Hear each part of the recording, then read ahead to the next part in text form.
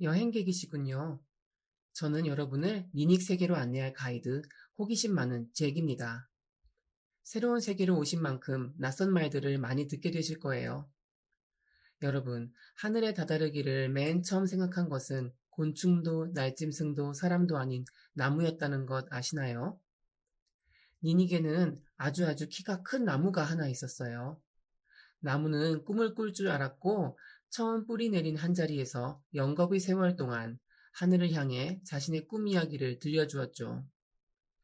이 모습을 보고 그제서야 다른 생물들도 제각기 다른 의미로 하늘을 우러르기 시작했답니다.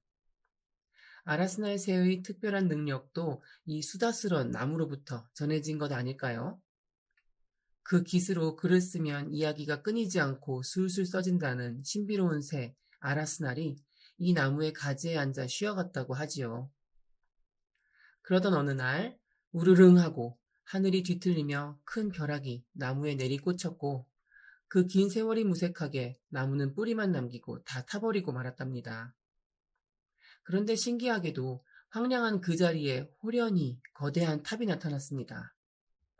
바로 우리가 오늘 탐험할 니니게 유적지 둥가라 탑입니다. 둥가라 탑은 우리 님 행성의 가장 남쪽 땅인 이곳 메아이네이 평원 한가운데 서 있는데요. 니가 이곳에 정착해 수도 니말다라를 세우고 자신의 분신들과 함께 단 하루 만에 축조했다는 거대한 구조물입니다.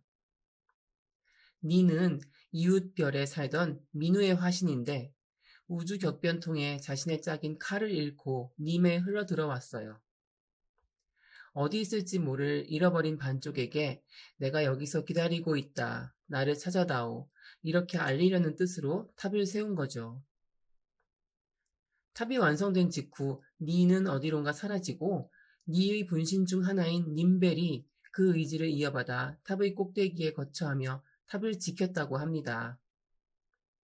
퉁가라 탑의 높이는 말 그대로 하늘과 맞닿아 있는데 정체 모를 안개와 구름이 늘 탑의 상부에 몰려 있어 아무도 그 끝을 보거나 끝에 다다른 적이 없어요. 과거 니닉의 부유수단이었던 위의 한계점까지 올라가 조사한 바로는 탑은 벽돌로 만들어졌고 그 속은 텅텅 비어 있었다고 하지요.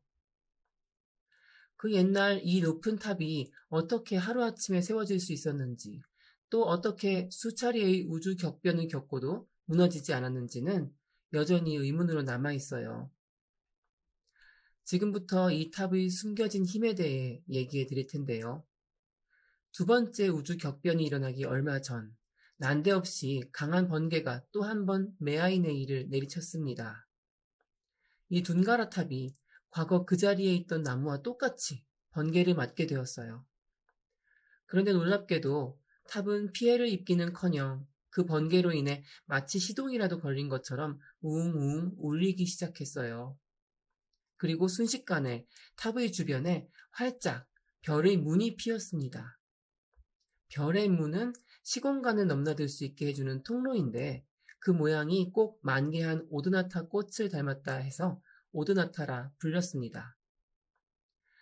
둥가라탑 주변에 장대한 오드나타 꽃밭이 펼쳐진 것 같았다고 전해지지요. 이 문이 열려있던 세월은 그야말로 니니긴의 황금시대였습니다.